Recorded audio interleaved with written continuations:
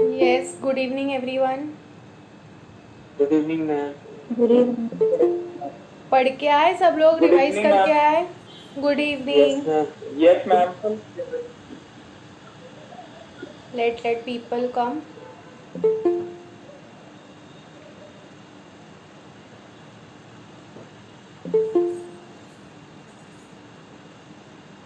जो नए students join हुए वो लोग एंट्रेंस एग्जाम दे के आए ना? कैसे गए एग्जाम्स?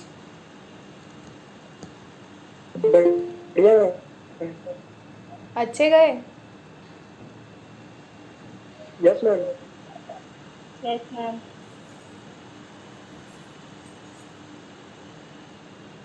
चलो, let us start with our revision. Yes, yes. Okay. So let us start with our revision. क्या क्या किया था हम लोग ने कल? We started with direct tax. Okay, 50 marks MCQs, 50 marks था, 50 marks DT, 50 marks IDT. फिर क्या किया हम लोग ने? दोनों का डिस्टिंग्विश देखा. डायरेक्ट टैक्स क्या होता है एंड इनडायरेक्ट टैक्स क्या होता है. What is direct tax? What is the important point in direct tax? It is levied and borne by the same person. And indirect tax में क्या होता है? It is levied on supplier, but it is borne by the ultimate consumer. Correct? Then direct tax कैसा होता है? It is progressive in nature. आज हम लोग देखेंगे टैक्स रेट्स कैसे प्रोग्रेसिव है. जैसे जैसे आपका इनकम बढ़ते जाएगा आपका टैक्स भी बढ़ते जाएगा. एंड इनडायरेक्ट टैक्स क्या होता है? It is regressive in nature. Irrespective of the income the tax rate remains same. Tax rate remains same. Okay, फिर हम लोग ने एग्जांपल्स देखे थे. डायरेक्ट टैक्स में एडमिनिस्ट्रेटिव कॉस्ट ज़्यादा रहता है, इनडायरेक्ट टैक्स में एडमिनिस्ट्रेटिव कॉस्ट थोड़ा कम रहता है. एंड डायरेक्ट टैक्स के एग्जांपल्स क्या थे? इनकम टैक्स था. एंड इनडायरेक्ट टैक्स का एग्जांपल क्या था? GST and customs. करेक्ट. फिर उसके बाद हम लोग ने देखा था कि इनकम टैक्स का जन्म कहाँ से हुआ था. तो वो इनकम टैक्स क्या है? It is a tax. Tax मतलब क्या? कि जो गवर्नमेंट हम लोग से कलेक्ट करती है. बट क्या गवर्नमेंट के पास राइट्स है कि वो कोई भी टैक्स कलेक्ट कर सकती है? No, they have to take permission. किसके पास से परमिशन लेना पड़ेगा? कॉन्स्टिट्यूशन के पास से. Okay, they have to take permission from the constitution. Constitution में कौन से आर्टिकल में? आर्टिकल 265 में लिखा है कि if they want to collect tax then they can collect. लेकिन उसके लिए क्या होना चाहिए? एक्ट होना चाहिए. तो ठीक है, हम लोग ने इनकम टैक्स कलेक्ट करने के लिए इनकम टैक्स एक्ट बना दिया. बट इनकम के ऊपर टैक्स कलेक्ट करना ऐसा कहाँ पे लिखा है? आर्टिकल 246 के अंदर. ठीक है. और आर्टिकल 246 के अंदर तो इतने सारे मैटर्स है. There are so many entries in article 246. तो there are we have two governments, central government and state government. So both will fight कि मेरे को इसके ऊपर टैक्स चाहिए, मेरे को इसके ऊपर टैक्स चाहिए. इसलिए क्या किया है? गवर्नमेंट ने लिस्ट बना दिया है. कौन सा लिस्ट है? Union list, state list and concurrent list. Union list के पास exclusive powers are with central government. State list के ऊपर exclusive powers are with state government. And concurrent list के अंदर state and central both will make laws together. तो income tax कौन सा tax है? It is a central tax. ठीक है. इनकम टैक्स का जो पैसा रहता है वो किसके पास जाता है? सेंट्रल गवर्नमेंट के पास जाता है. क्यों? बिकॉज पावर्स कहाँ से मिला है? From the union list. Entry number 82 में से क्या मिला है? उनको पावर्स मिला है टैक्स कलेक्ट करने का. क्या लिखा था वहां पे? Tax on income other than agriculture income. So entry number 82 doesn't give permission to collect tax for on agriculture income. Understood this much? कल के लेक्चर का इंपॉर्टेंट पार्ट समझ में आया? Okay, now we have to study tax. हम लोग को एक एक्ट पढ़ना है. तो एक्ट पढ़ने के लिए क्या इंपॉर्टेंट रहता है? समझना कि उसके अंदर क्या क्या होता है. कोई भी एक एक्ट के अंदर सबसे पहले क्या होता है? There are chapters. क्या होगा सबसे पहले एक्ट के अंदर? एक्ट के अंदर क्या होंगे? चैप्टर्स. फिर ये चैप्टर्स के अंदर क्या होंगे? सेक्शंस. क्या होंगे? सेक्शंस. सेक्शंस के अंदर क्या होंगे? There will be sub sections. Okay, chapter के अंदर क्या होंगे? There will be sections. Sections के अंदर क्या होंगे? Sub section. अंडरस्टूड? फिर उसके बाद क्या आता है? सेक्शन के बाद क्या आता है? यस, क्लॉज क्या आता है सेक्शन के बाद? Clause, Clause. ठीक है। फिर sections will be divided into clauses, clauses will be divided into सब क्लॉजेस, ठीक है। तो हम लोग कैसे लिखते हैं? सपोज मेरे को चैप्टर 6 लिखना है, तो आई राइट चैप्टर 6। चैप्टर 6 का कौन सा सेक्शन? सेक्शन नंबर से 80 है, तो चैप्टर 6 के अंदर सेक्शन नंबर 80 के अंदर आई राइट सब सेक्शन से C, उसके अंदर क्या रहेगा? क्लॉज रहेगा से 1, 2 एंड 3, एंड फिर उसके अंदर क्या रहेगा? सब क्लॉज रहेगा। आया समझ में? Yes, ma'am. यस, फिर Yes, ma'am. कभी कभी क्या होगा कि क्लॉजेस के अंदर भी क्या हो सकते हैं? सेक्शन, सब सेक्शंस, देन क्लॉजेस एंड सब clauses. Understood this much everyone? Yes. तो if Yes, you ma'am. Want you can write ma'am. It down. इसको ऐसे एक्ट को पढ़ना है। तो अगर कोई भी सेक्शन रहेगा, सपोज अगर हम लोग आज डेफिनेशन करेंगे तो डेफिनेशन का रहेगा सेक्शन 2 ये, तो ये क्या हो जाएगा? सेक्शन 2 सब सेक्शन 31, ठीक है। वैसे ही आगे हम लोग देखेंगे क्लॉजेस भी आएंगे एंड सब क्लॉजेस भी आएंगे। Understood this much? Yes, ma'am. Yes, Yes, ma'am. Done writing? 1 minute, ma'am. या श्योर। Yes, ma'am. मैम हमें इसका नोट्स मिलेगा? या हमें इसका नोट्स मिलेगा मैम? नोट्स मिलेगा, बट मैं जो बोर्ड पे लिखा रही हूँ वो भी है, बट ये these are the basic points, तो ये मैंने नोट्स के अंदर कवर नहीं किया है, बट बाकी सब सेक्शंस के नोट्स मिलेंगे, ओके मैम। ठीक है।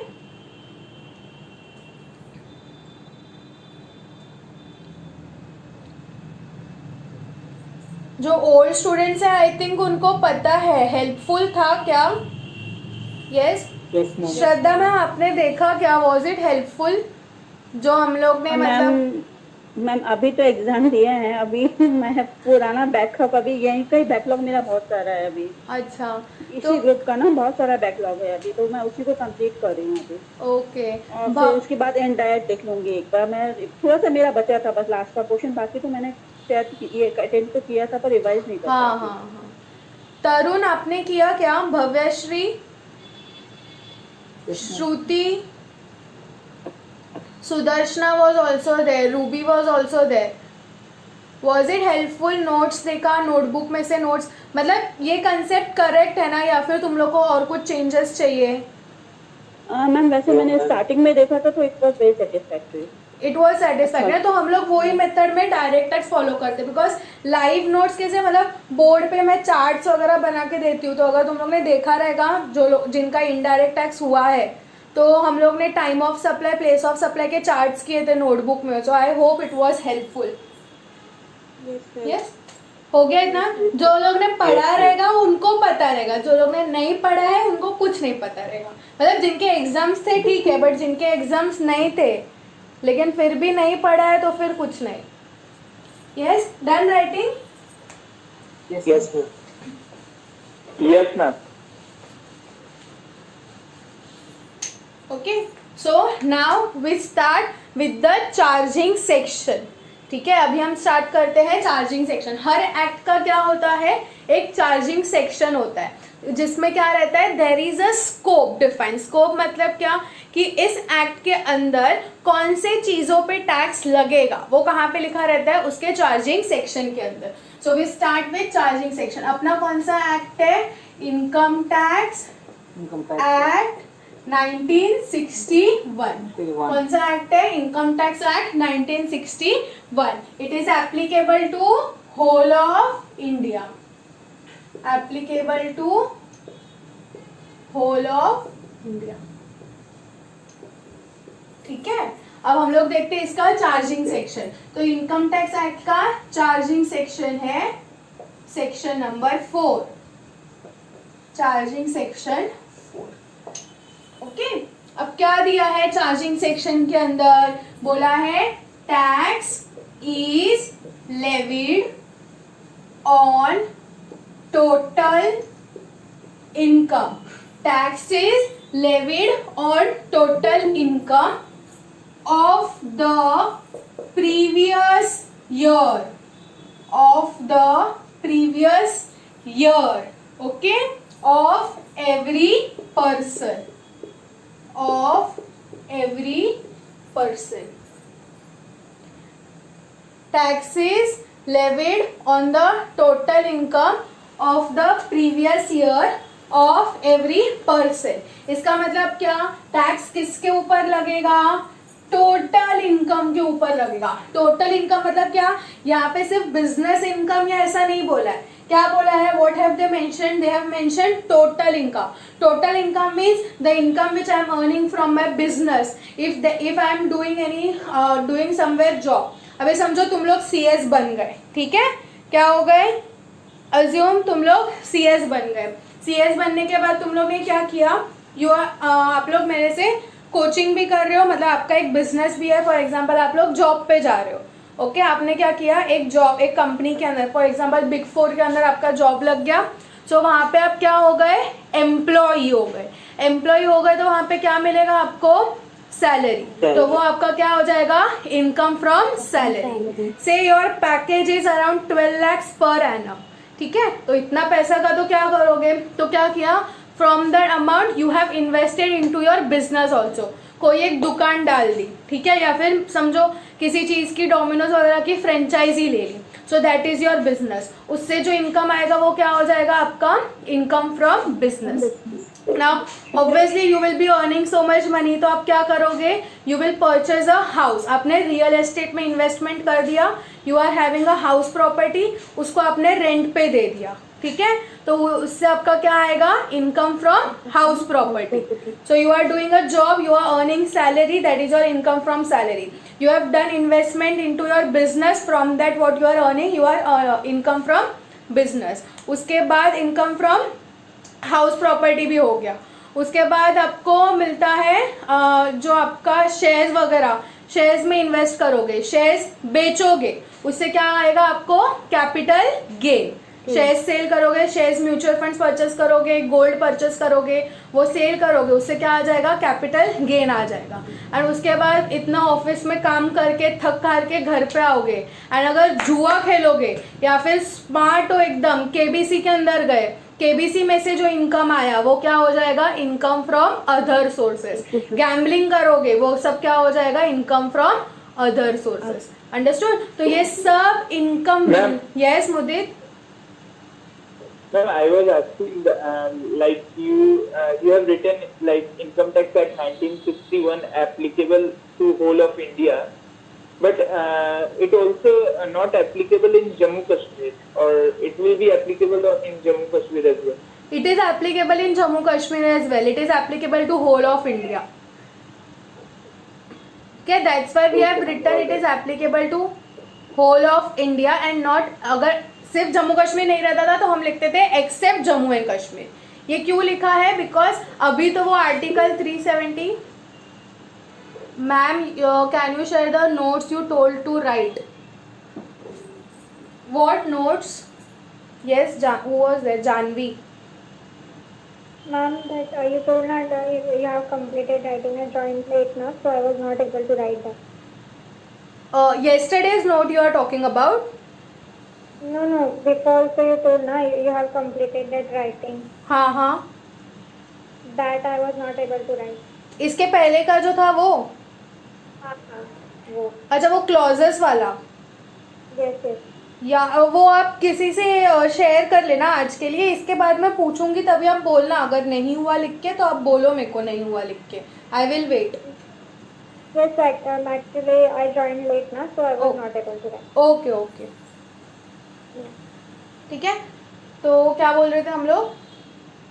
हाँ, अभी तो आर्टिकल वो 370 है इसलिए इशू नहीं है. बट ये क्या हुआ था? ये तो 1961 में आया था. वो टाइम पे जम्मू कश्मीर के पास पावर्स था.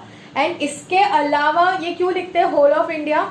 बिकॉज आर्टिकल वो 370 की वजह से उनके पास पावर्स था whether they want to accept any levy of tax in Jammu and Kashmir और नॉट. उसलिए तो उस वजह बिकॉज ऑफ दैट बेनिफिट अभी GST है, लेकिन पहले सर्विस टैक्स था. तो सर्विस टैक्स जो था वो जम्मू कश्मीर में एप्लीकेबल नहीं था.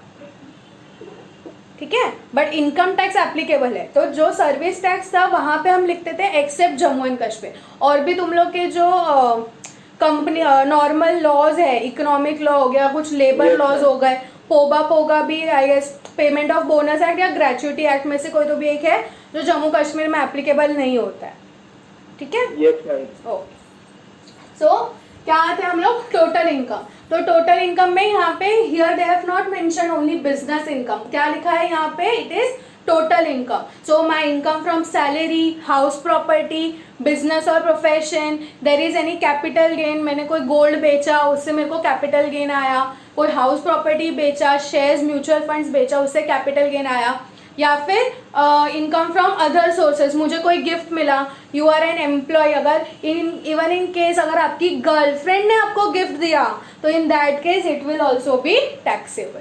अंडरस्टूड, अनटिल एंड अनलेस वो 50,000 से नीचे है। अगर 50,000 से ज्यादा है and if your girlfriend has given you a gift then it will be taxable. Understood, तो गर्लफ्रेंड से गिफ्ट लोगे तो Yes, सोच समझ के लेना नेक्स्ट टाइम से, ठीक है, टैक्स पढ़ रहे हो अभी। So Yes. tax is levied on total income of the previous year. अब इसके अंदर after this charging section we have to see all these individual things in detail. तो क्या क्या पढ़ेंगे हम लोग, what is tax, how to calculate this tax, okay, we will see how to calculate this tax. Then total income, in this total income there are 5 heads, there are 5 major heads, salary, house property, PGBP, IFOS and capital gain, ये 5 heads है and इसके साथ कुछ deductions आते हैं, ठीक है। तो 5 हेड्स माइनस डिडक्शंस जो बचेगा that will be your total income, okay. और ये कौन से साल के लिए हम लोग को देखना है, प्रीवियस ईयर के लिए। Now what do we mean by previous year, that we have to study and then it is payable by every person. Now in income tax even the term person is also defined. Person मतलब not only individuals but there are also other categories who are included in the definition of the person. Understood everyone this much? Yes, ma'am. Yes? Okay, you can copy it down. Previous year में लिख देना, previous year, your previous year is 2021. अब इसको हम आगे पढ़ेंगे कि क्या होता है previous year. Yes, you can note it down now. Yes, ma'am. Completed.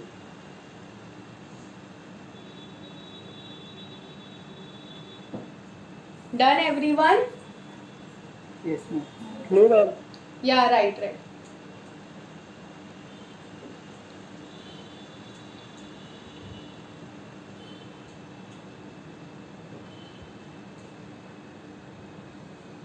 Done, ma'am. Done, is anyone writing? Yes. Just a minute, ma'am. या, Ma'am. Yes Tarun. 5 heads, what is salary, household property, PDBP, and last two. हाँ, 5 heads in total income. या 5 heads we will discuss in detail, ये पूरे एक एक head के ऊपर chapter है। Ma'am, yes, actually I was absent yesterday, ma'am, due to network issue, ma'am. Okay. How can I get the notes of yesterday's lecture, ma'am? Notes will also be shared and recorded lecture will also be shared. Actually, there was some problem in the Google Sheet, which I have to upload the link. I have uploaded on Drive, but I have not shared the link. Oh, yes, ma'am. Okay, so I'll share the link of notes also and of video also. Thank you. Yeah. Yes, is anyone writing? Done, ma'am. Done, everyone? Yes, Yes. ma'am. Okay. Just a second.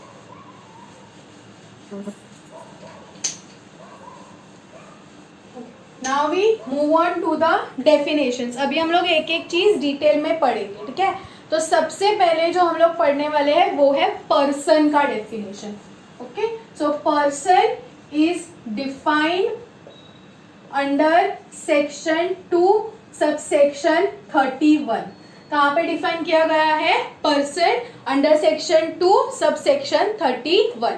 Now person includes, definition में क्या लिखा है? person includes first individual, HUF, firm, company, AOP, BOI, I'll say association of persons, association of persons, that is AOP, then body of individuals, that is BOI, and artificial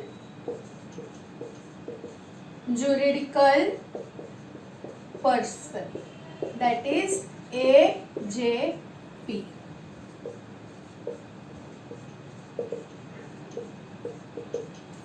Okay, everyone, firm including LLP. Okay, so who is a person defined under income tax act? मतलब income tax act क्या बोलता है? Charging section में क्या लिखा था कि जो भी पर्सन है उसको अपने टोटल इनकम के ऊपर टैक्स भरना पड़ेगा. whoever is defined under the definition of person, whoever is coming under the definition of person, they have to pay tax on their total income. Now what is person? Income tax ने क्या define किया है? Individual. Individual मतलब कौन हो जाता है individual? आप, मैं, जो भी हम लोग, सब लोग हैं, हम लोग क्या हो गए? Living beings. मतलब इंडिविजुअल, मेल, फीमेल, ट्रांसजेंडर, सब किस में आ गए? Mister A, mister B, missus C, ये सब कौन हो गए? इंडिविजुअल. ठीक है, we all come under the definition of individual. Understood? Means whoever is a natural person, human being comes under the definition of individual. Even a minor child is also an individual. Understood? अब ये जो minor child है, मतलब जो if you have seen in movies and in serials, all those kids who are working, even their income is also taxable, but they are below 18 years, इसलिए on their behalf their parents pay tax. Okay, but still they come under the definition of individual. Even a minor child comes under the definition of individual. Understood? So who is individual? Any natural person who is a human being, that is who is a human being, comes under the definition of individual. Understood this much? Next is HUF. Yes, Now what is HUF? Means Hindu undivided family. family. Okay, now Hindu undivided family मतलब क्या? कौन से law में form होना चाहिए? HUF जो एक law के अंदर फॉर्म हुआ है उसको ही हम लोग HUF बोलेंगे. Means a family and their linear ascendant and descendant, मतलब उनके एंसेस्टर्स रहने चाहिए and their linear ascendant. Linear ascendant मतलब क्या? If there is a grandfather, then his father, then his son and then their linear ascendant. Okay, लेकिन इसमें कौन रहते हैं? अनमैरिड डॉटर रहते हैं. कौन रहते हैं इसके अंदर? Unmarried daughter. Once a daughter is also a part of HUF, but unmarried daughter. If daughter gets married तो वो HUF में से निकल जाती है. ठीक है, तो HUF मतलब क्या? HUF means Hindu undivided family which is formed under the law. Okay, next is firm. Firm means what? Partnership firm. So partnership firm including LLP. It is also comes under the definition of person. तो मतलब individual को tax भरना पड़ेगा. If any HUF is there तो HUF को भी क्या भरना पड़ेगा? टैक्स भरना पड़ेगा. फिर फर्म को भी क्या करना पड़ेगा? Which if there is a partnership firm, they are earning any income, they have to pay tax because they are included in the definition of person. Next company. अब कंपनी के अंदर कौन से कंपनीज आते हैं? एनी इंडियन कंपनी, फिर any domestic company. If there is any domestic company, if there is any foreign company, if there is any foreign company but they are earning income from India, then also they have to pay tax on Indian income.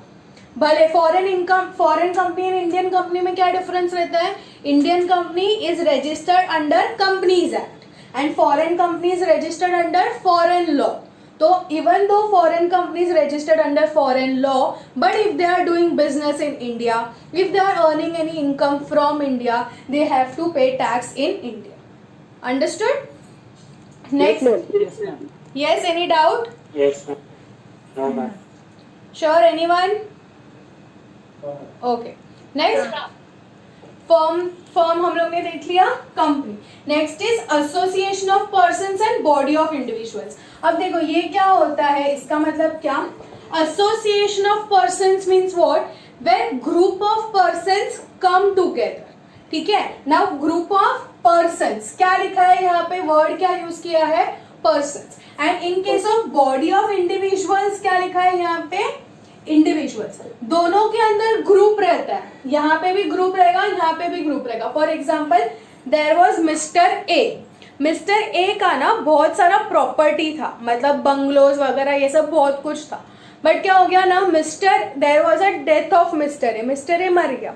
अब उसका जो property था and उसका कुछ liabilities भी था, तो their lawyers, their legal has decided to sell that property and discharge its liabilities.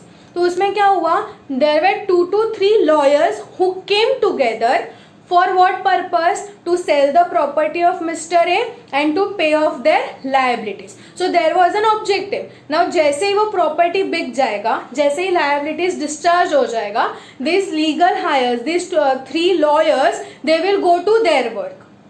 Okay, they will be discharged. So this is called as body of individuals. For example, Mr. A, Mr. X, Mr. Y, Mrs. Y. तो this is called individuals. Individuals मतलब कौन हो गया? Again, natural person. Natural person, or you can say human being. Human being. So where more than one, मतलब 2 or more than 2 individuals come together for a particular objective, that is called as body of individuals. But यहाँ पे क्या है? association of persons. Here also people come together, but word क्या use किया है यहाँ पे? persons. Now this person can be individual and HUF, individual and firm, individual and company. ठीक है. अब समझो वही मिस्टर ए था, मिस्टर ए को अपना प्रॉपर्टी सेल करने का था. जॉइंट वेंचर का नाम सुना है? Joint venture. ठीक है. जॉइंट वेंचर में क्या होता है? 2 to 3 this, it can be person also, it can be companies also. ठीक है. तो फॉर एग्जाम्पल अगर हम लोग फर्म का ले, there was one HUF, ABC, HUF and mister X. ठीक है. अब ये दो लोग जो है ना, ये इन दोनों ने कुछ जॉइंट वेंचर बनाया टू फुलफिल वन ऑब्जेक्टिव. ठीक है. उनका कुछ तो भी कॉमन ऑब्जेक्ट था जिसके लिए ये लोग साथ में हैं. तो ये कौन हो गया? ABC HUF क्या है? This is a HUF. And mister x कौन है? Individual. Okay, so these are 2 different persons. One is HUF and one is individual. Income tax के पॉइंट ऑफ व्यू से, इनकम टैक्स के पर्सन में कौन कौन आता है? Individual, HUF, firm, company, AOP, BON, artificial juridical person. अगर इनका कोई भी कॉम्बिनेशन रहेगा, इनका कोई भी कॉम्बिनेशन रहेगा, उसको हम क्या बोलेंगे? Association of persons. बट सिर्फ इंडिविजुअल का कॉम्बिनेशन रहेगा, इंडिविजुअल का ग्रुप रहेगा, तो उसको हम लोग बोलेंगे body of individuals. Understood the difference? Yes, ma'am. Yes. अगर मैं बोलूं if Mr. A, there was one Mr. A, there was ABC Limited, there was one ABC Limited and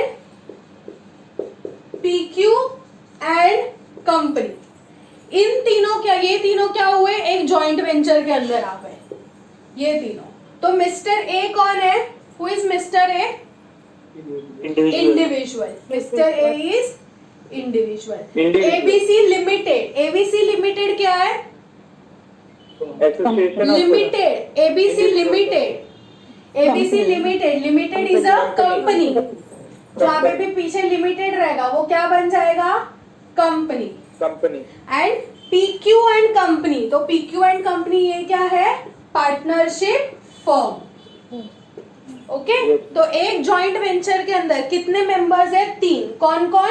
individual, company and firm. तो इन तीनों का जो है वो क्या बन गया? Association of persons. Understood? Any doubt? No, ma'am. Okay, so individual HUF यहाँ पे, और 8 भी आएगा लोकल अथॉरिटी. लोकल अथॉरिटी, ठीक है. ये हो गया association of persons, body of individuals. उसके बाद आर्टिफिशियल जुरिडिकल पर्सन. अब आर्टिफिशियल जुरिडिकल पर्सन मतलब क्या? जैसे कि if you know, Tirupati Balaji हो गए, सिद्धि विनायक हो गया. मुंबई में सिद्धि विनायक टेम्पल है. Now Tirupati Balaji is there. So there is a lot of income over there. You cannot say that God is earning the money. Even though God is earning the money, the representative of the God, they have to pay the tax. Understood? They are not natural persons. They are entity. मतलब they are deities. So they are not natural persons. But in the eyes of the law, they are separate entities. इसलिए वहां पे क्या रहता है? उनका trust बनाया जाता है. तो वो ट्रस्ट किसके अंदर आता है? आर्टिफिशियल जुरिडिकल पर्सन के अंदर. ठीक है, where you are forming a trust, वो किसके अंदर आएगा? Artificial juridical person. Where God, where artificial person, not a natural person, is liable to pay tax, then it comes under the artificial juridical person. ठीक है, artificial मतलब क्या? Not natural. And juridical person मतलब क्या? In the eyes of the law. Understood? And local authority तो मतलब क्या? Your panchayat, panchayat is there, municipality is there. Panchayat, municipalities, local bodies, local authorities, ये सब किस में आ गए? लोकल अथॉरिटी के डेफिनेशन में आ गए. Understood everyone? So what is the definition of person everyone? चलो लिख लो, नोटबुक में लिख लो.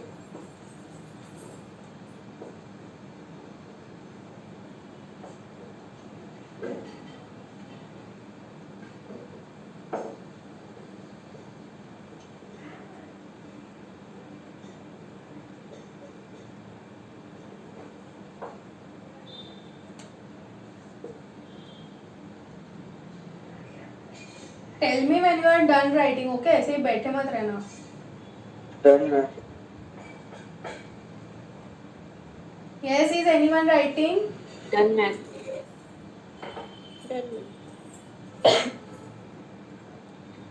Done, ma'am. Who all are writing? Done, ma'am. Okay. So, Done, ma'am. who is a person? चलो, who is a person? It is defined under which section? Section 2 Section everyone, come on, let us make interactive. ऐसे ही बैठना नहीं है. Who is a person? It is defined under section 2 subsection 31. कौन कौन होता है? It is individual, HUF, firm, including LLP, company, association of persons, body of individuals, artificial juridical person and local authority. Okay? तो individual मतलब कौन? Natural person, Mr. A, Mr. B, Mrs. C, minor child. HUF मतलब क्या? Hindu undivided family which is formed under the law. Firm मतलब क्या? Including LLP, partnership firm. Then company includes Indian company, domestic company as well as foreign company. Foreign company, even though registered under foreign law in foreign country, but still they have to pay tax in India on whatever income they are earning in India. फिर association of persons, क्या word use किया है यहाँ पे?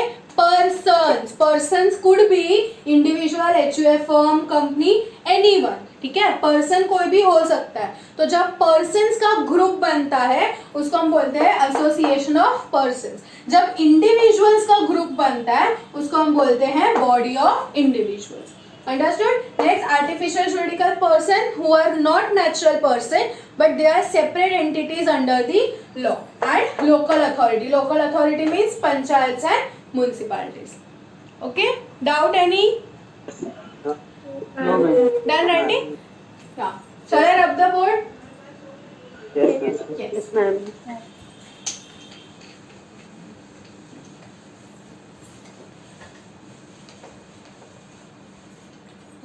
Now take some examples for this, for identifying the person. चलो you tell me कि ये कौन सा person है, individual HUF firm company क्या है? Mr. Sunil. Who is Mr. Sunil? Individual. ठीक है. फिर सेकेंड हम लोग लेते हैं Reliance industries limited. Reliance industries limited. Limited है तो क्या बन जाएगा ये? कंपनी. ठीक है. फिर उसके बाद joint family. Joint family. What is joint family? It is HUF. Okay. फिर दूसरा एग्जांपल लेते हैं XYZ limited and Amit. XYZ limited and Amit.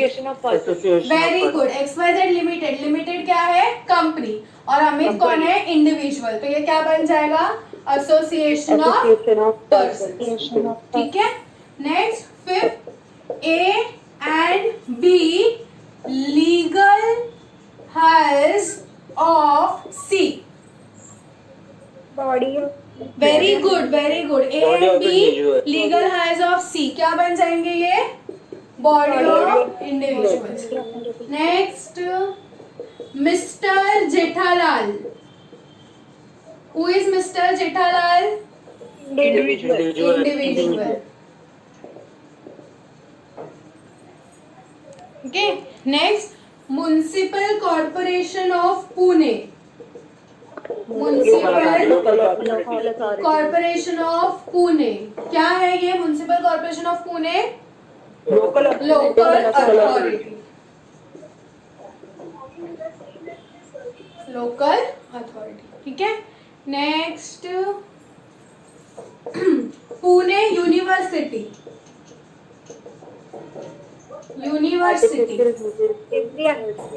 Yes. Artificial. Very good. Pune University. तो यूनिवर्सिटी क्या है? It is not a natural person and ये कहीं पे भी डेफिनेशन में नहीं आता है. तो ये क्या है? Artificial juridical person. Understood? So clear with the definition of person. कौन कौन आता है पर्सन के अंदर? लास्ट टाइम बोलो एक बार फटाफट. Individual, HUF, firm, company, AOP, POI, artificial juridical person and local authority. Jurisdiction purpose, local authority. Yes. You want to note down the examples? Yes, ma'am. Yeah, लिख लो. Done, ma'am.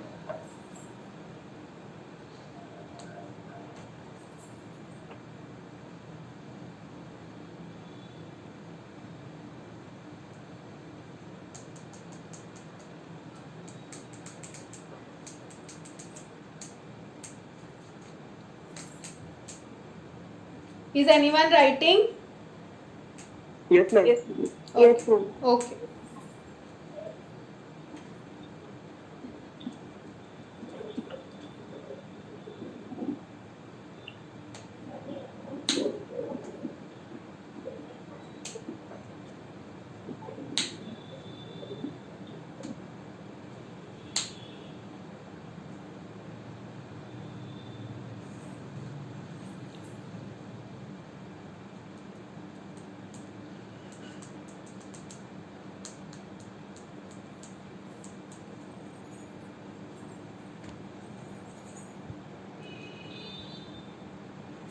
Done, ma'am. Done?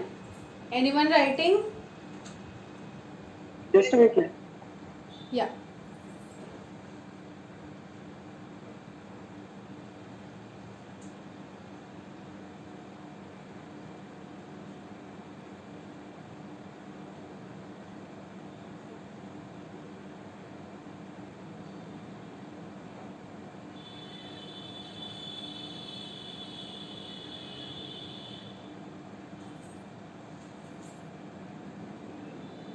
Done, ma'am. Okay. Done, everyone? Yes, ma'am.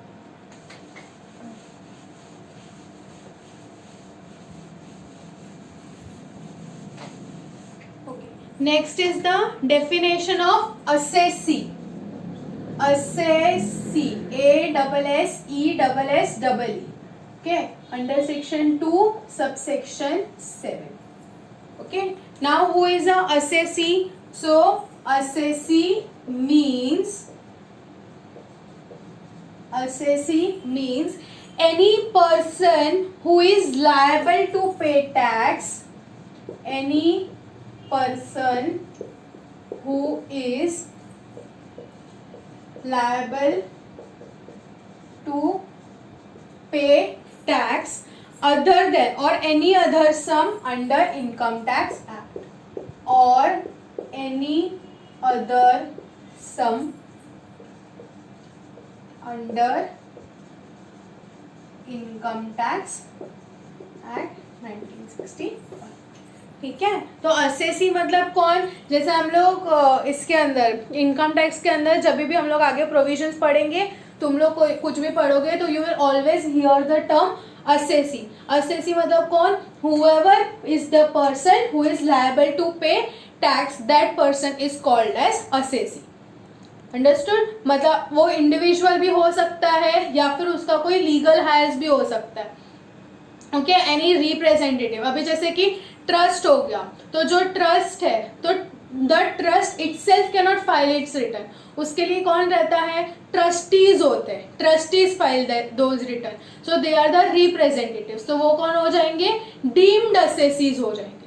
कौन हो जाएंगे वो लोग? Deemed assessees. Assessee मतलब जो खुद अपना रिटर्न फाइल करता है, जिसको भी इनकम टैक्स के अंदर टैक्स भरना है या और कोई भी अमाउंट भरना है, that is under the definition of assessee. Okay, अगर समझो मिस्टर ए था ना, मिस्टर ए का डेथ हो गया, तो वो क्या हो गया ना, अभी उसके लीगल रिप्रेजेंटेटिव जो है, मिस्टर ए था, मिस्टर ए का डेथ हो गया, लेकिन अगर मिस्टर ए का हम लोग को इनकम टैक्स रिटर्न फाइल करने का है या फिर मिस्टर ए का कुछ ड्यूज बाकी है, इनकम टैक्स का टैक्स भरने का बाकी है, तो उसके जो लीगल रिप्रेजेंटेटिव्स रहेंगे उसको हम लोग क्या बोलेंगे? असेसी. वो they will be called as deemed assessee. Understood? Yes, ma'am. Okay, yes.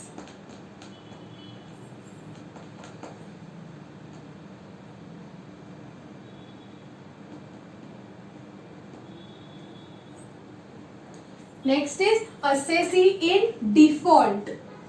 Assessee in default. तो ये तो हो गया असेसी जिसको टैक्स भरना है, बट जिसको टैक्स भरना है लेकिन वो टैक्स नहीं भरता है, उसको हम लोग क्या बोलते हैं? Assessee in default. So a person who is liable to pay tax but if he does not pay tax, then he is called as assessee in default. So who is assessee in default? Means first who fails to deduct and remit TDS. Fails to deduct and remit TDS. ठीक है, ये TDS वगैरह क्या होता है ये हम आगे के चैप्टर्स में पढ़ेंगे. बट TDS मतलब क्या? Whenever I am paying amount to other person, then I have to deduct the tax and I have to pay to the government. तो अगर मैंने वो टैक्स डिडक्ट नहीं किया एंड गवर्नमेंट को रेमिट नहीं किया, then I will be the assessee in default. Okay, and second is liable to pay tax. Liable to pay tax. ठीक है, बट वो क्या हो गया? fails to and any other sum demanded. Liable to pay tax and any sum demanded. So if he fails to pay first and second,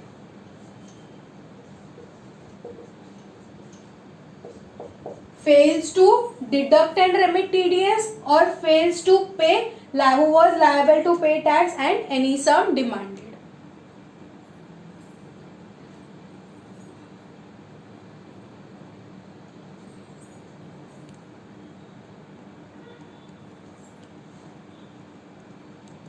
Done. Done?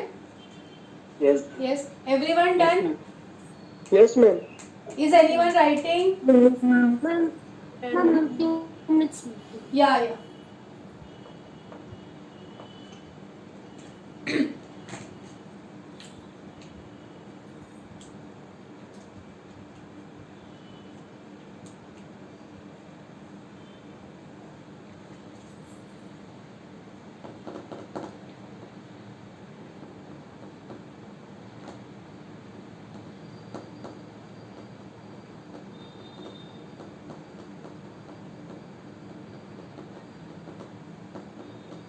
ma'am, completed.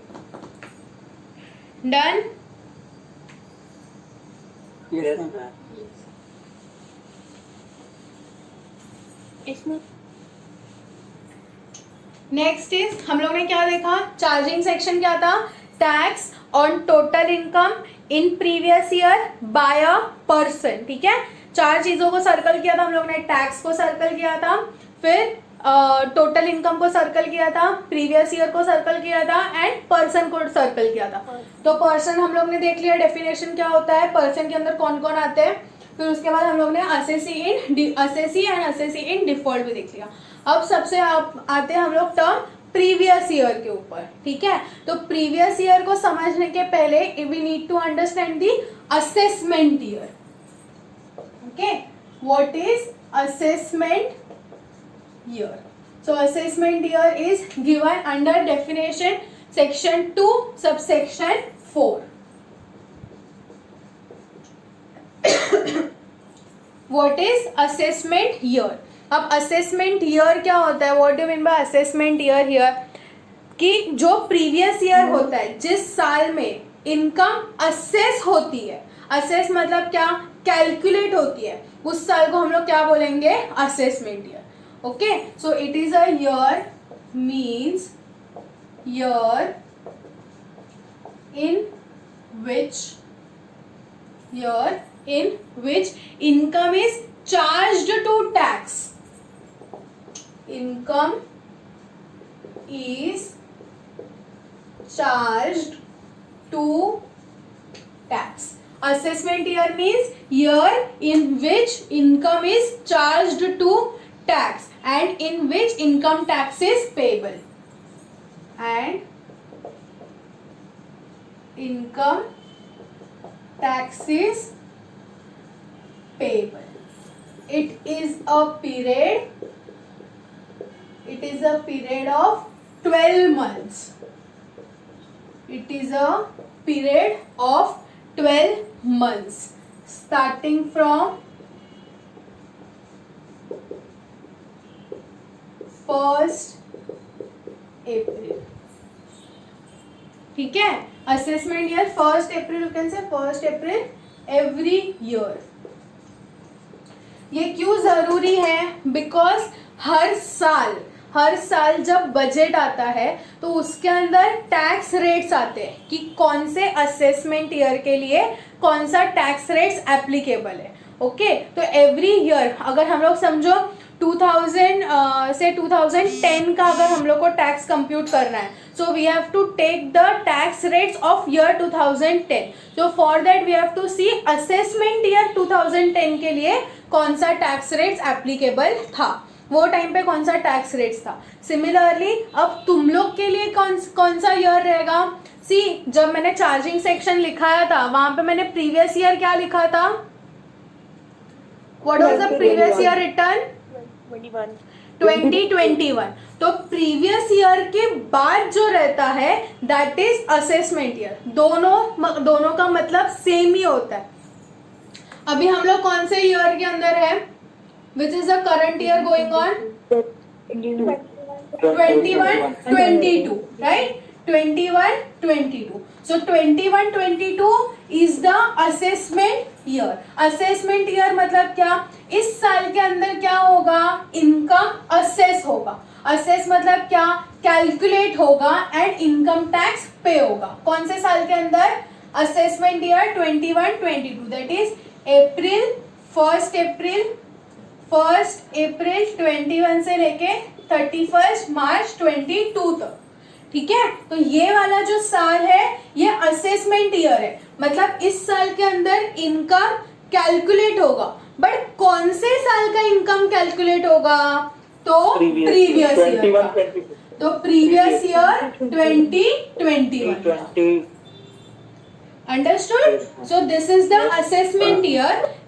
Yes, any doubt. No, ma'am. Okay. So assessment year means in this year income is charged to tax. Income calculate होगा, उसके ऊपर tax compute होगा and जो भी tax आएगा वो government को pay करना है. But कौन से साल का income calculate होगा? तो previous year का. Previous year 2021. मतलब कौन सा? 1st April 20 से 31st March 21 तक का. Understood? वैसे if I tell you assessment year 10-11 तो इसका प्रीवियस ईयर कौन सा हो जाएगा? 9 and 10. 9 and 10 तो previous year 9 and 10. If I tell you previous year 12-13 तो इसका असेसमेंट ईयर कौन सा है?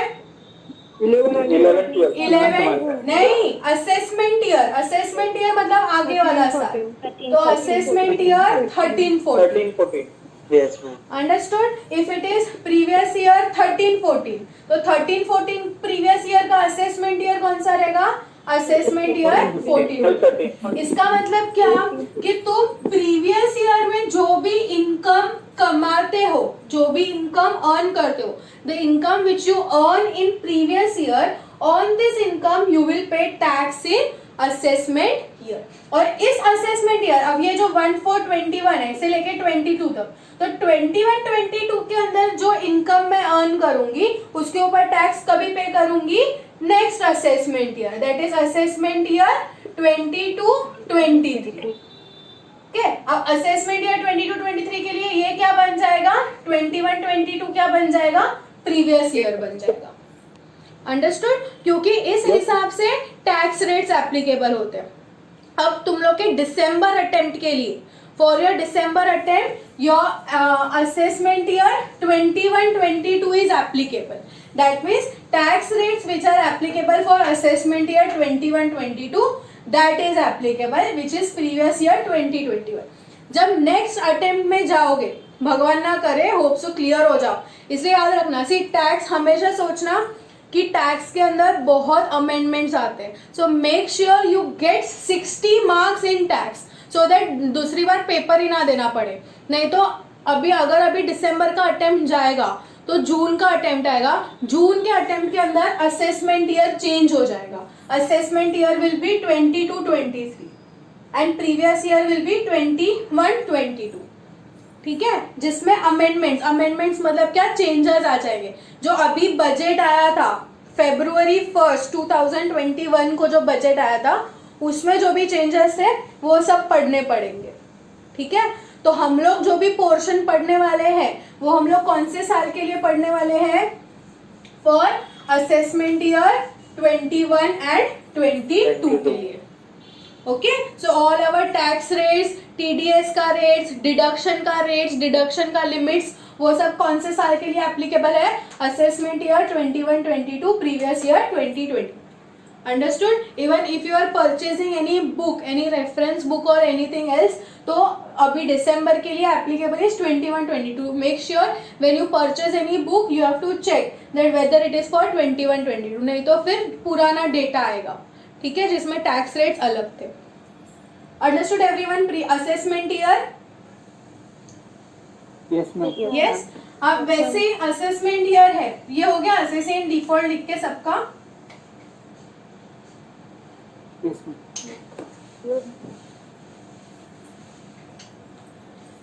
जैसे ये असेसमेंट ईयर है वैसे ही अभी क्या आएगा हमारा? Previous year.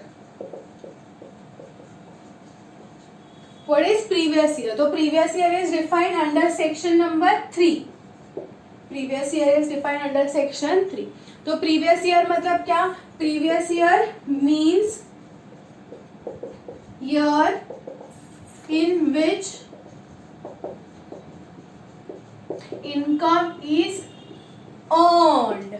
See, word क्या यूज किया है यहाँ पे? Earned, not received.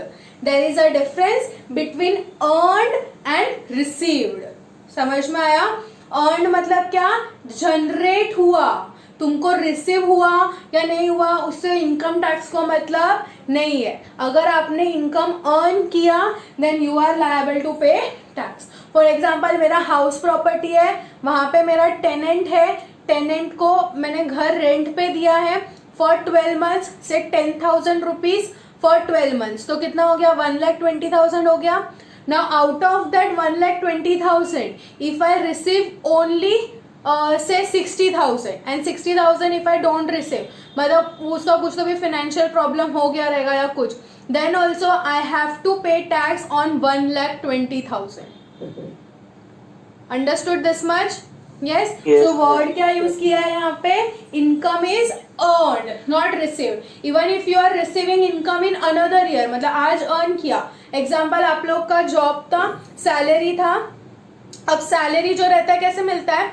अप्रैल का सैलरी कभी मिलता है? मई का सैलरी जून में, जून का सैलरी जुलाई में. वैसे ही मार्च का सैलरी कभी मिलता है?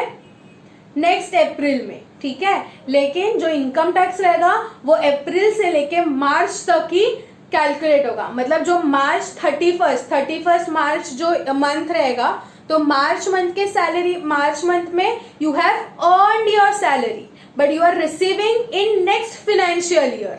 So it doesn't mean that it will be taxed in next financial year. It will be taxed in March month only, in that financial year only. Understood? So it is same, it is nothing but it is same as the financial year. हम लोग का financial year कौन सा follow करते हैं हम लोग? 1st April से लेके 31st March तक का. Understood everyone this much? Yes, ma'am. Yes, but what if, so मतलब अपना previous year क्या हो गया यहाँ पे? 2021. That means 1st April 20 से 31st March 21. Okay, but what if some person, any person has started their business in the middle of the year? ठीक है, किसी ने क्या किया? इनकम बीच में स्टार्ट किया. बिजनेस जो रहेगा, suppose I started my business on 1st August 2020, तो मेरा प्रीवियस ईयर क्या हो जाएगा? Previous year will be from 1st August 20 से लेके 31st March 21 तक. Understood? So if any person जो अपना बिजनेस या प्रोफेशन कहीं मिडल ऑफ द ईयर से स्टार्ट करता है, तो ठीक है, जहां से भी उसने बिजनेस स्टार्ट किया है वहां से लेके 31st मार्च तक उसका क्या रहेगा? प्रीवियस ईयर रहेगा. Okay, suppose you are starting your job and if you have started your job in the middle of the year, तो आपका जो सैलरी रहेगा, मतलब जो इनकम जनरेट होगा वो मिडल ऑफ द ईयर से स्टार्ट होगा. तो ठीक है, जहां से भी मिडल ऑफ द ईयर से स्टार्ट हुआ है, जो भी उसका बिगनिंग डेट रहेगा वहां से लेके 31st मार्च तक. ठीक है, फॉर एग्जाम्पल अगर किसी पर्सन ने बिजनेस स्टार्ट किया है से 3rd March 20 को, तो क्या रहेगा उसका previous year? 3rd March 20. 1920. No, I am talking about 3rd March 20. Okay, अपना 1920 है ना? हाँ sorry 21. 3rd March 21. 3rd March 21 रहेगा. 2020 का हो जाएगा. तो क्या रहेगा उसका प्रीवियस ईयर? कहाँ से कहाँ तक रहेगा? From 3rd March 21 to 31st March 21. Only of 27 days. Even though it is of only 27 days, still it will be counted as his previous year. Okay, so it doesn't matter that your previous year is small, your previous year is of more days. It will be taxable जहाँ से भी business start हुआ है वहाँ से लेके up to 31st March तक. Understood this much? Yes, ma'am. So this was about assessment year and previous year. Assessment year means what? Year in which income is charged to tax. Income is calculated and on that income tax is payable. But कौन से साल का income? तो income of previous year. जो previous year रहेगा उसके ऊपर tax लगेगा assessment year में.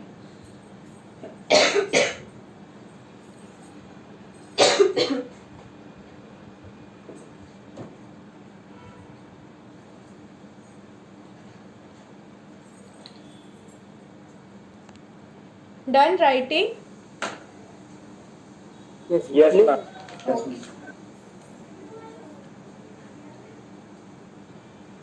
Is anyone writing? No, ma'am, done. Okay.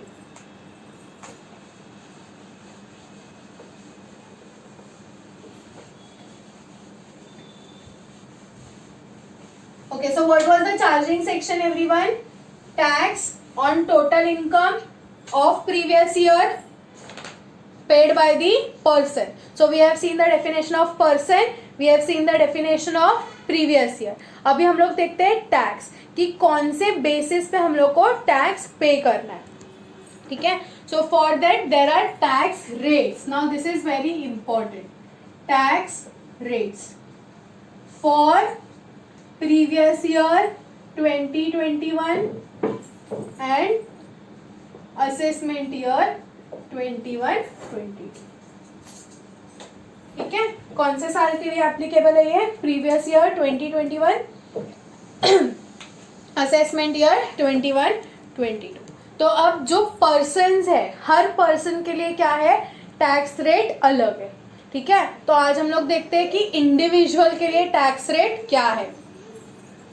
First we see for individual, मतलब कौन से रेट से टैक्स लगेगा. इंडिविजुअल का जो भी इनकम रहेगा उसके कौन से रेट के ऊपर टैक्स लगेगा. तो for individual there are 3 categories. For individual there are 3 categories.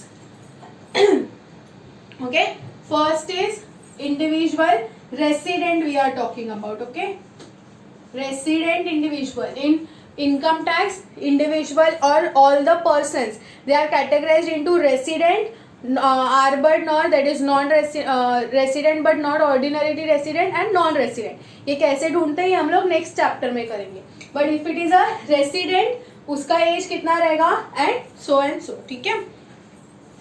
तो first is resident whose age is less than 60 years. ठीक है. और I can say resident up to 59 years. दूसरा कैटेगरी है resident from 60 years to 79 years. इसको हम लोग बोलते हैं सीनियर सिटीजन.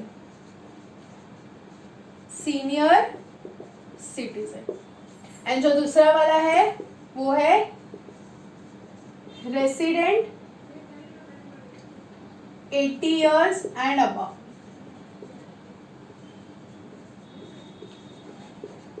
ओके, जिसको हम लोग बोलेंगे super senior citizen.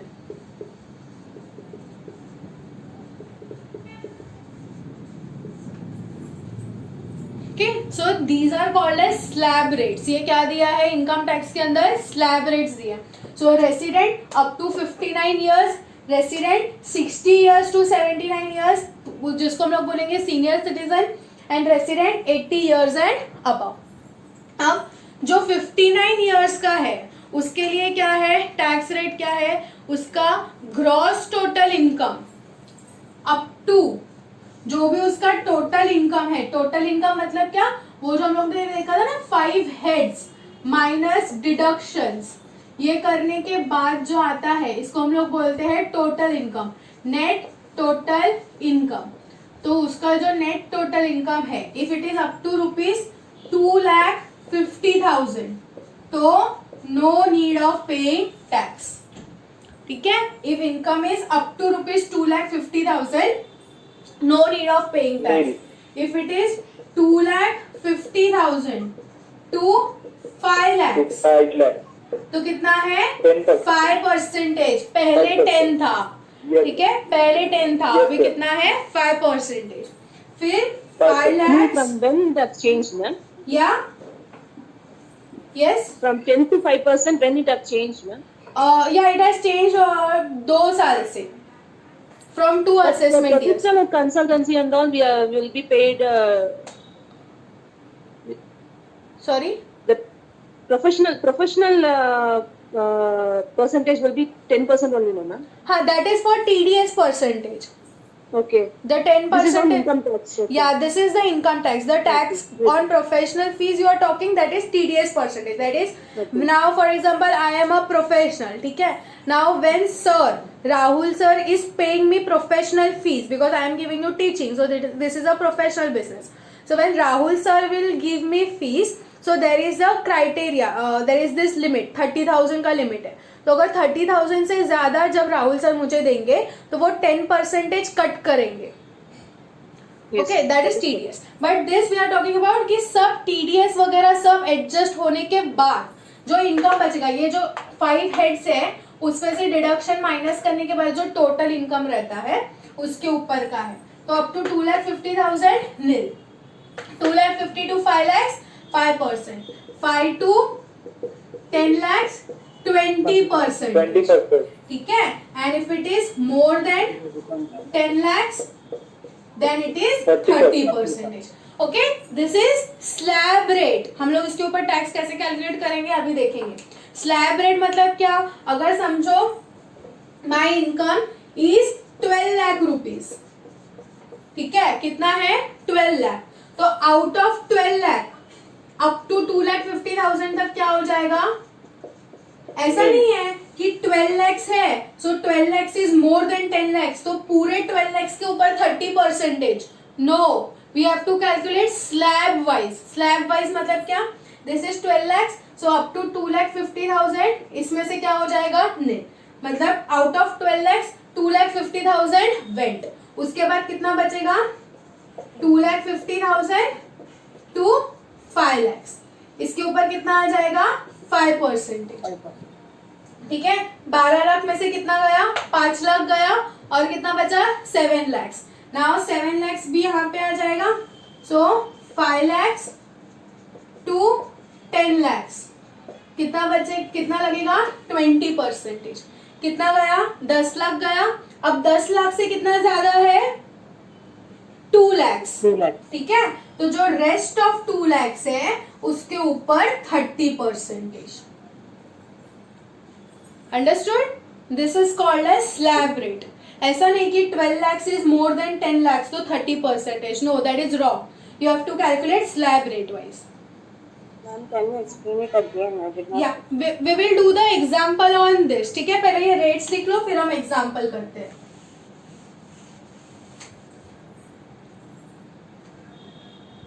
Okay, so if resident is up to 59 years तो 2,50,000 तक नहीं. इसको हम लोग बोलते हैं basic exemption.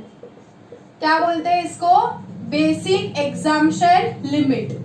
This is the basic exemption limit. So for individual up to 59 years how much is the basic exemption limit 2,50,000. अभी 60 to 79 years तो इनका बेसिक एग्जाम्पशन लिमिट है अप टू 3 लाख रुपीज. बूढ़े है ना बेचारे तो उनका थोड़ा ज्यादा दिया है. 3 lakhs तक nil. Again 3 lakhs to 5 lakhs it is 5%. then 5 lakhs to 10 lakhs it is 20%. and more than 10 lakhs it is 30%. ठीक है, तो 60 to 79 years मतलब सीनियर सिटीजन के लिए बेसिक एग्जाम्पशन लिमिट कितना है 3 lakhs. How much is the basic exemption limit here 3 lakhs. ठीक है, एंड मोर देन 80 years के लिए ये ज्यादा बूढ़े लोग हैं मतलब सुपर सीनियर सिटीजन, तो इनके लिए the exemption limit is 5 lakhs. मतलब वो लोग जो भी इनकम अर्न करेंगे up to ₹5 lakhs no need to pay tax. Now 5 lakhs to 10 lakhs it is 20% and more than 10 lakhs it is 30%.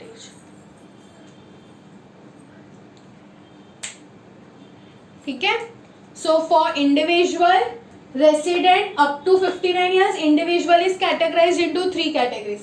Up to 59 years 60 to 79 years and 80 years and above. तो up to 59 years normal उसका basic exemption limit कितना है 2,50,000. so up to ₹2,50,000 no need of paying tax.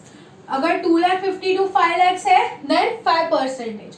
5 lakhs to 10 lakhs वाला जो income है उसके ऊपर 20% and more than 10 lakhs it is 30%.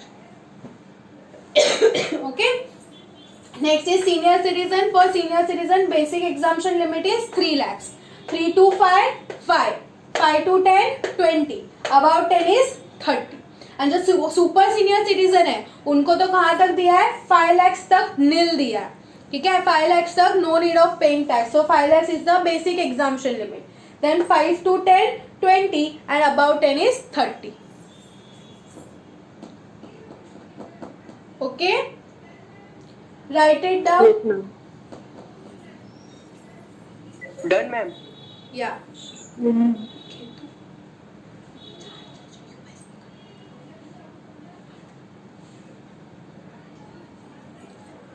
Is anyone writing? Yes, ma'am. Yes, ma'am. No, ma'am.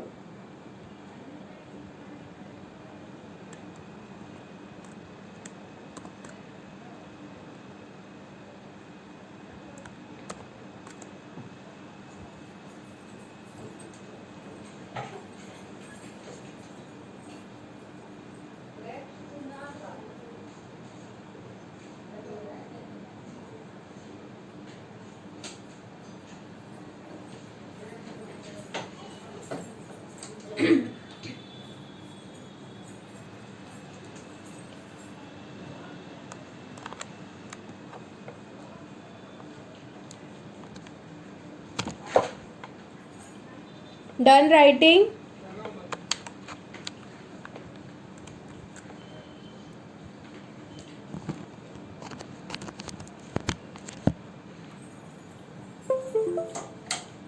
हाँ.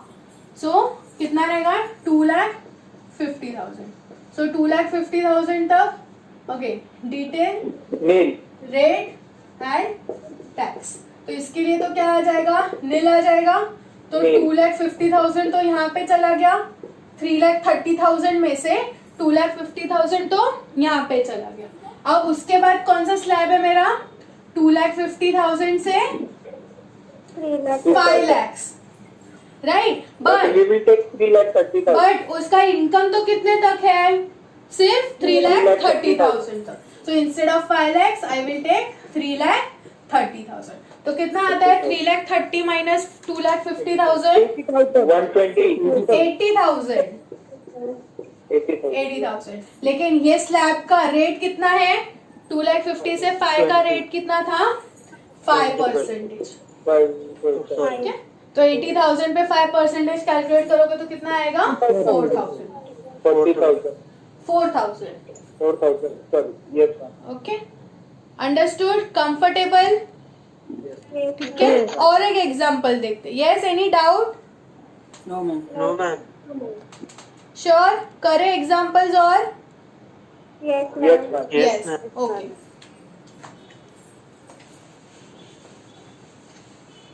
Next, suppose resident है, as 40 years लेते हैं, से 40 इयर्स.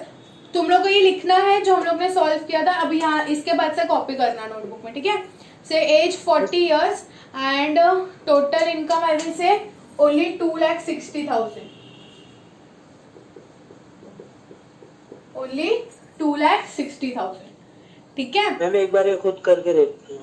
हाँ, तो रुको मैं बड़ा फिगर देती हूँ. फिर एक बार सीनियर सिटीजन वाला लेते हैं, फिर आप लोग करो.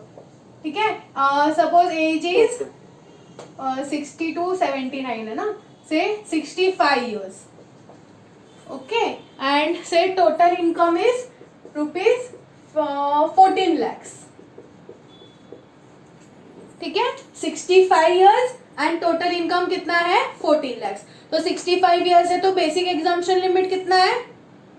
3 lakh. 3 lakhs. 3 lakhs. 3 lakhs. 3 lakhs. Okay. तो पहले क्या आएगा? Up to rupees 3 lakhs. तो डिटेल, रेट एंड टैक्स. तुम लोग का पेपर एमसीक्यू है तो ये सब इतना डिटेल में करने का जरूरत नहीं है. इसके ऊपर प्रैक्टिस करो, उसके बाद फटफट कैलसी में कैलकुलेट करके आंसर निकालने का. ठीक है. तो अप टू रुपीज 3 lakhs. तो कितना गया? 14 लाख में से कितना गया? 3 lakhs. रेट क्या रहेगा? Nil. Tax is nil. Okay. उसके बाद कौन सा स्लैब आता है? 3 lakhs to 5,000. 5 lakh. 3 lakhs to 5 lakhs. 3 lakhs to 5 lakhs इसके अंदर बैठता है क्या? Yes. तो 3 lakhs to 5 lakhs. How much will be the amount? 2 lakh 5 lakh minus 3 lakh कितना आएगा? 2 lakhs. 2 lakhs के ऊपर कितना परसेंटेज आएगा? 5%.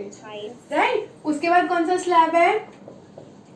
5 lakhs to 10 lakhs. Correct. 10 lakhs इसके अंदर बैठता है 14 lakhs के अंदर. यस. तो 5 lakhs to 10 lakhs कितना आ गया? Rupees 5 lakhs. मतलब नेक्स्ट 5 lakhs के ऊपर 20%. Okay. And then more than 10 lakhs. तो मोर देन 10 lakhs के ऊपर 30%. तो 10 lakhs से कहाँ तक जा रहा है उसका अमाउंट? 14 lakhs तक. 14 lakh 14 lakhs. So how much? 4 lakhs. 3 lakh On this 4 lakhs, it will be 30%. Understood? This is called as slab wise. See, क्या हो रहा है? First 3 लाख पे कुछ टैक्स नहीं. नेक्स्ट कौन सा स्लैब है? 3 lakhs to 5 lakhs. मतलब नेक्स्ट 2 lakhs पे 5%. नेक्स्ट 5 lakhs पे 20%. नेक्स्ट 4 lakhs पे 30%. जैसे जैसे उसका इनकम इंक्रीज होते जा रहा है उसका टैक्स का रेट भी क्या होते जा रहा है? इंक्रीज होते जा रहा है. This is progressive in nature. Understood everyone? अब इस पे कैलकुलेट करोगे तो 2 lakhs पे 5%. 5 2s are 10,000. 5 2s are 1 lakh 1 lakh 1 lakh 20. and 1 lakh 20,000. So this will be 2 lakh 20, 2 lakh 30,000. Understood this much? Yes, Yes, ma'am. Everyone. अब ये तो हो गया इनकम, ये हो गया टैक्स. ये हम लोग यहाँ तक क्लियर हुआ सबको? ठीक है. Yes, ma'am. ये हो गया टैक्स. अब इस टैक्स के ऊपर लगता है surcharge. What government says the people who are earning more income, ठीक है, जिनका 1 करोड़ 2 करोड़ 5 करोड़ इनकम है, तो उनको हम सिर्फ 30% क्यों कलेक्ट करें? उनसे हम क्या कलेक्ट करेंगे? सरचार्ज कलेक्ट करेंगे. So there is a rate of surcharge. See, ये जो टैक्स रेट्स है ना, these are calculated on income, calculated on total income. ये 5%, 10%, 20% ये किस पे चार्ज किया है हम लोग ने? इनकम के ऊपर कैलकुलेट किया है. उसके बाद आता है सरचार्ज. ये लिख लो नोटबुक में. Ma'am yes. मैं कैलकुलेशन समझ नहीं रहा है. मतलब 4 लाख पे 30% मतलब नहीं समझ रही. ये देखो, यहाँ तक समझ में आया? पहले कुछ भी नहीं समझा? समझ गया. हाँ, नहीं मैम, सब कुछ समझ गया है पर वो कैलकुलेशन नहीं समझ रहा है. 4 लाख पे 30% तो आंसर कुछ अलग ही आ रहा है. 4 lakhs 4 3s are 12. 4 lakhs पे 30%, 1 lakh 20,000. ये 4 लाख को 30 डिवाइड करना है. 4 lakhs इंटू 30%. डिवाइड नहीं करना है. इंटू 30. ये कैसे लिखते हैं हम लोग? 4 lakhs into 30 divide by 100. Okay ma'am. Okay. Okay, समझा? ये स्लैब रेट भी समझा? Yes ma'am. Yes. Okay. Understood everyone? Yes, Yes. ma'am. Okay. चलो नेक्स्ट वाला आप लोग ट्राई करेंगे. Age is 90 years and income is 20 lakhs. चलो ट्राई करो. ये रफ करूं इतना?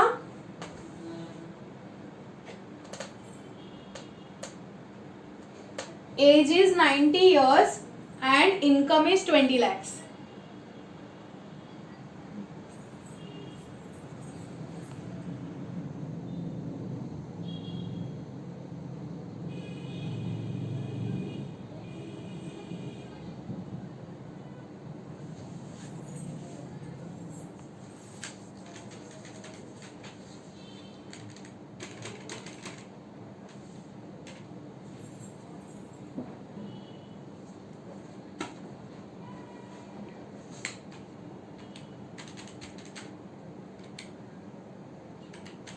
Ma'am, what is the income? 20 lakhs. Okay.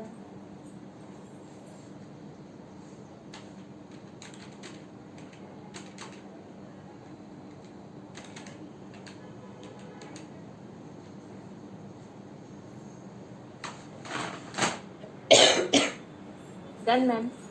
Yeah, wait. Let everyone complete.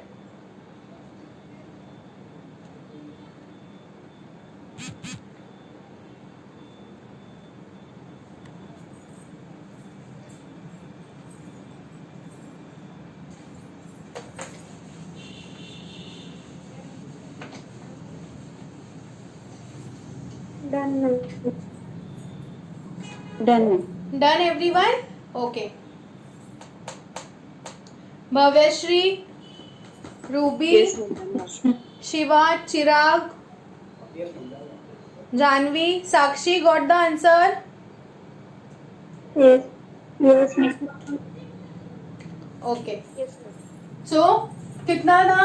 Age कितना है? 90 years. So, how much is the basic exemption limit?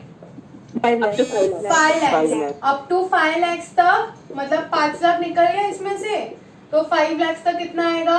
Nil. No tax. उसके बाद क्या आएगा? 5 lakhs to 10 lakhs. तो 5 lakhs to 10 lakhs इसमें बैठता है? Yes, बैठता है. तो कितना आ जाएगा यहाँ पे? 5 lakhs. 5 lakhs. इसके ऊपर कितना आएगा? 20%. 20%. That is 1 lakh. 1 lakh. Okay. And फिर 10 lakhs to 20 lakhs. more than 10 lakhs. 20 तो lakhs. more than 10 lakhs कहाँ तक जा रहा है उसका? 20 lakhs तक. What is the amount? 10 lakhs. 10 lakhs. इसके ऊपर कितना आ जाएगा? 30%. 30%. That is 3 lakhs. तो कितना आया टोटल? 4 lakhs. 4 lakhs. 4 lakhs. ठीक है, समझा? और एक करो calculate. Age same 90 years and income is 7,50,000. Age is 90 years, rupees 7,50,000.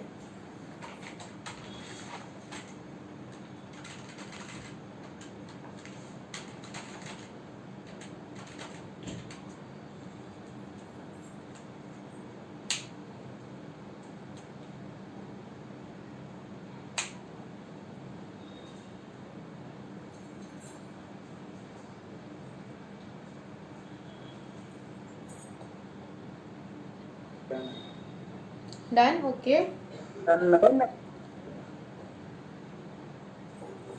Ruby, Vishaka, Apurva, Yes. Done, ma'am. Yes, ma'am. Pooja got the answer. Aishwarya, Done, ma'am. Shruti,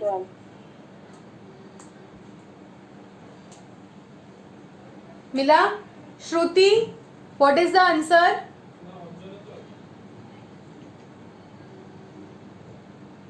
Yes, Shruti. Janvi, what is the answer? 50,000. Sorry? 50,000. Yeah, very good. Does everyone got 50,000? Yes, ma'am. Sayoni Yes, ma'am. got the answer. ठीक है, समझा कैसे calculate करना है अभी? ये slab rate के हिसाब से. This we are calculating the tax. अब इस टैक्स के ऊपर गवर्नमेंट क्या बोलती है? If your income is more than 10, एक लिमिट है 50 लाख से ज्यादा है. So if your income is more than 50 lakhs, then along with tax we will apply surcharge also. ठीक है. एंड अगर if your income is less then 5 lakhs, मतलब समझो जिसका इनकम बहुत कम है, तो उनको गवर्नमेंट क्या देती है? रिबेट देती है.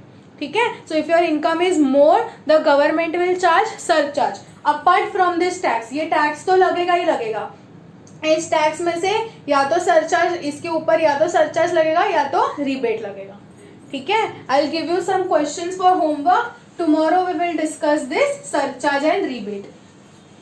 Yes, ma'am.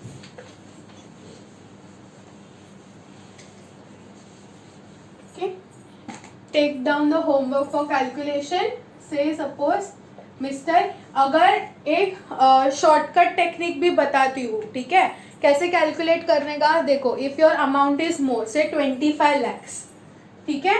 25 lakhs. ये कभी काम आएगा जब 10 lakhs से ज्यादा है तो. If your income is more than 10 lakhs, then this shortcut technique is applicable.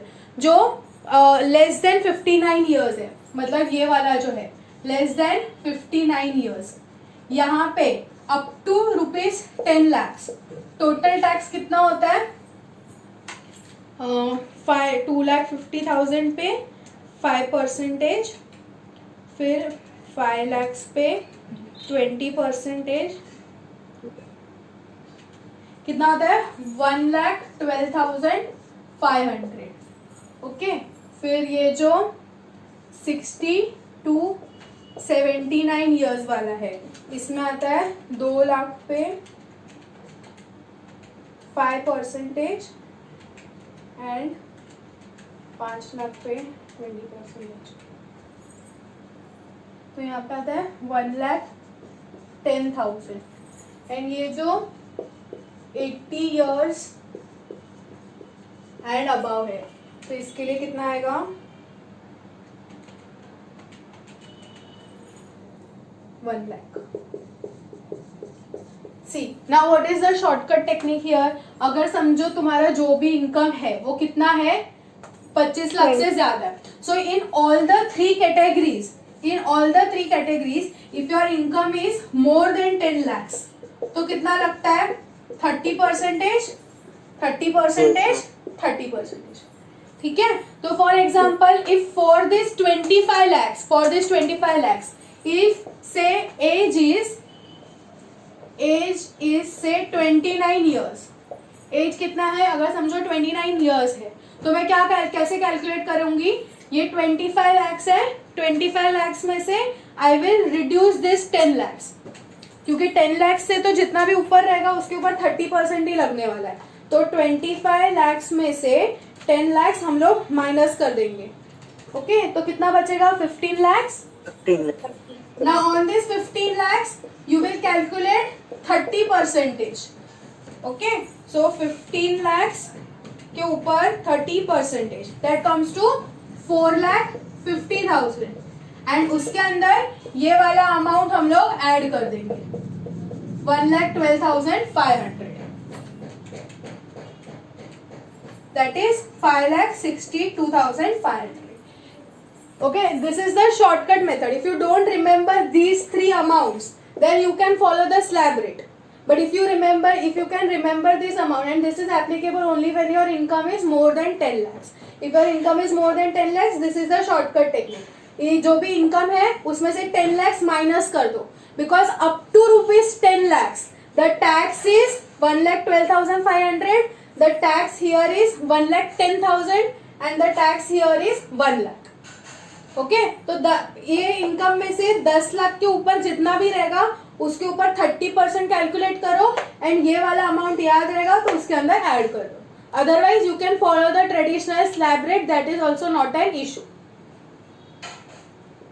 Yes, understood everyone? Yes, ma'am. वो ज्यादा इजी था. Yes ma'am. हाँ, वो स्लैब रेट वाला फॉलो करोगे तो समझेगा. बट ये एमसीक्यूज है, अगर ये अमाउंट याद रहता है तो ये मोस्टली एप्लीकेबल है जब 10 लाख से ज्यादा है, तो नहीं तो शांति से स्लैब रेट फॉलो करने का, उसमें मिस्टेक नहीं करने का. Okay, take down the homework. Ma'am, for exam we can use the calculator. या यू कैन यूज कैलकुलेटर.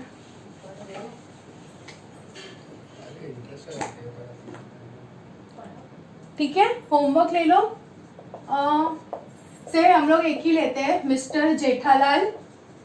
मैं यहाँ पे एज का कॉलम देती हूँ और यहाँ पे इनकम का कॉलम देती हूँ. ठीक है, कैलकुलेट करना. Age 35 years, income is say 6 lakhs. Age 35 years, income is 25 lakhs, and age 70 years. 70 years, income is 17 lakhs. Then age is 89 years, income is 22 lakhs. Age 89 years, income is 8 lakhs, and then age 65 years, income is 9,50,000, and last age 75 years, and income is 8,75,000.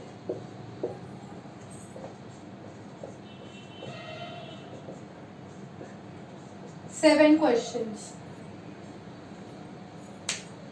Okay? Yes, ma'am. Okay, ma'am. Yes, ma'am. Slab rate समझा? Try करो, नहीं समझा रहेगा कल doubt पूछो, शांति से solve करना. एक दो क्वेश्चंस लिख के ट्राई करना, बाकी के क्वेश्चंस थोड़ा कैल्सी में करने का ट्राई करना. कैल्सी में M प्लस वाला रहता है, M प्लस आता है यूज करने को. M plus No, ma'am. If you are having this वाला कैल्सी, सिटलीजन वाला कैल्सी, ठीक है. तो अगर समझो हम लोग एक एग्जांपल लेते हैं, फर्स्ट वाला से एग्जांपल लेते हैं, नहीं फर्स्ट वाले में तो खत्म हो जाएगा. से दूसरा एक एग्जांपल लेते हैं. 8 lakhs and age is 35 years. 18 lakhs लेते, 18 lakhs, 18 lakhs and age is 35 years. तो क्या हो जाएगा 35 years मतलब अभी 18 lakhs है, दिख रहा है कैल्सी में Yes, ma'am. Yes, ma'am. सबको. 18 लाख रुपीज है, 18 lakhs है कैल्सी में. अब इसमें से क्या करोगे, Yes, ma'am. इसमें से जो 10 लाख रहेगा इसमें से 10 lakhs माइनस कर देने का, 10 lakhs माइनस कर देने का. कितना बचा 8 lakhs. इसके ऊपर 30% कैलकुलेट करने का. And this amount you have to, ये अमाउंट आ गया कैल्सी पे. इसके बाद ये जो M प्लस है ना, इसको एक बार प्रेस करने का. तो ये अमाउंट अब उसके मेमोरी में चला गया. There are two, M plus and M minus. ये M प्लस है और ये M माइनस है. M प्लस मतलब मेमोरी में चला गया प्लस करने के लिए, मतलब अब ये 2,40,000 प्लस में चला गया. फिर इसके बाद 18 लाख में से हम लोग ने 10 लाख निकाल दिया, मतलब 30% वाला हम लोग ने कैलकुलेट कर दिया.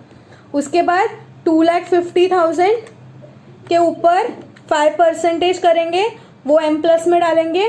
एंड 5 lakhs के ऊपर 20% करेंगे, वो M प्लस में डालेंगे. फिर ये जो MRC रहता है इसको बोलते हैं मेमोरी रिकॉल. जो भी हम लोग ने प्लस में डाला है उसको हम मेमोरी रिकॉल में डालेंगे. Then you will get the total.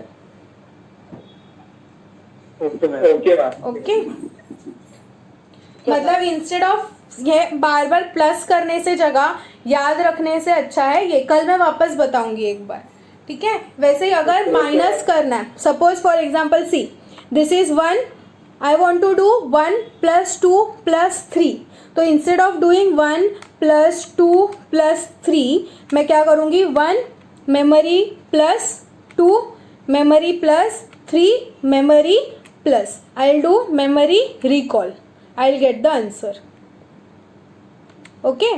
तो वैसे ही अगर कुछ अलग से फंक्शंस करके प्लस करना है तो वो हम लोग मेमोरी में रख सकते हैं, फिर मेमोरी रिकॉल कर सकते हैं. अंडरस्टूड? एग्जाम में ये वाला कैलकुलेटर यूज करना पड़ेगा. सॉरी, एग्जाम में ये वाला कैलकुलेटर यूज करना पड़ेगा. एक्सेप्ट फॉर साइंटिफिक कोई भी कैलकुलेटर यूज कर सकते हो. Scientific calculator is not allowed. Okay. Okay, ये कोई भी कंपनी का चलेगा, सिर्फ साइंटिफिक कैलकुलेटर अलाउड नहीं है. साइंटिफिक कैलकुलेटर जिसके अंदर लॉग वगैरह रहता है ना, लॉग फिर क्यूब रूट वो सब बहुत कुछ रहता है, उसमें आप लोग लॉग डायरेक्टली निकाल सकते हो. Okay, copy down the homework. Yes, ma'am. Okay, so we meet tomorrow same time same place. Revise करके आना.